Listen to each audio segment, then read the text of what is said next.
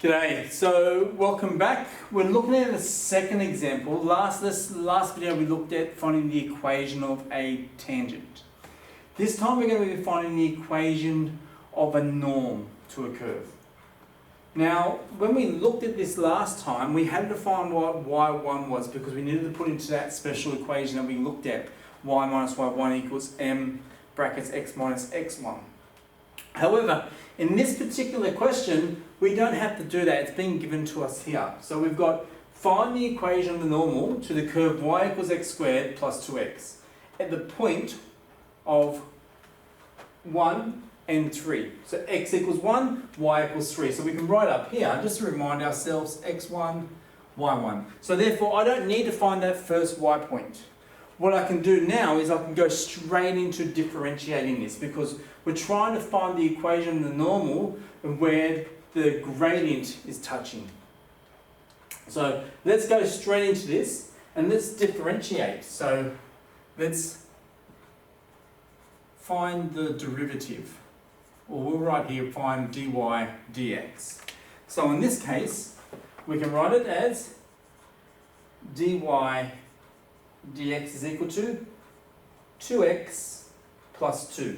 So there here is my derivative for this equation.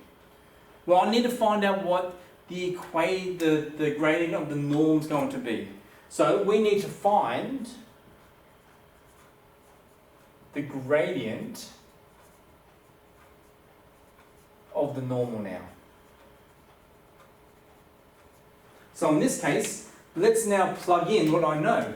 So when x is equal to 1, I'm going to plug that into this equation.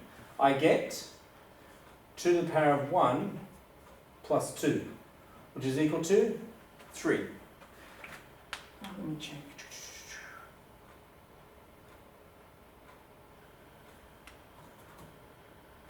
Nope, it gives me 4 actually. 2 to the power of 1 gives me 4. What was I doing? 3.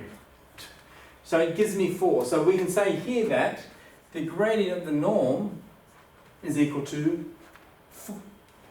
So gradient of the tangent is equal to 4. But we want to find the gradient of the norm. And what we know is that the gradient of the norm is the inverse reciprocal of this. So therefore, the gradient of the normal is equal to negative 1/4. So we've worked out what the gradient of our normal is. So the next part here is, well, we need to find the equation of this normal that touches the curve at points 1 and 3. So the equation of the normal. So remember our equation, y minus y1 equals m brackets x minus x1. So let's plug everything in.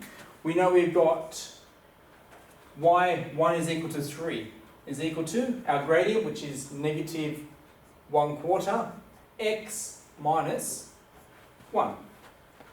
Let's expand our brackets. So we get y minus 3 is equal to negative 1/4x plus 1/4. Remember, when we're multiplying, 2 negatives gives you that positive.